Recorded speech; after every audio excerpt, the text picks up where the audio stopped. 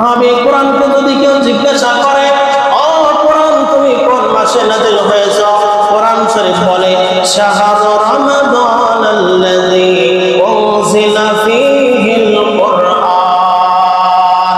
কোরআন বলে আমি মাহে রমজানে, রমজান মাসে আমি নাযিল হয়েছি।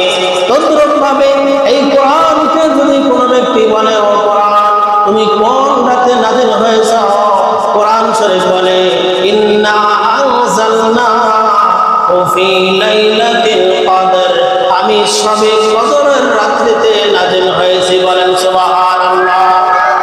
তেমনি ভাবে যদি কোরআনকে জিজ্ঞাসা করা হয়, ও কোরআন তুমি কোন স্থানে অবতীর্ণ হয়েছো, কোরআন বলে হাযাল বালাদিল আমিন, আমি মক্কা নগরীতে, পবিত্র মক্কা শহরে আমি অবতীর্ণ হয়েছি।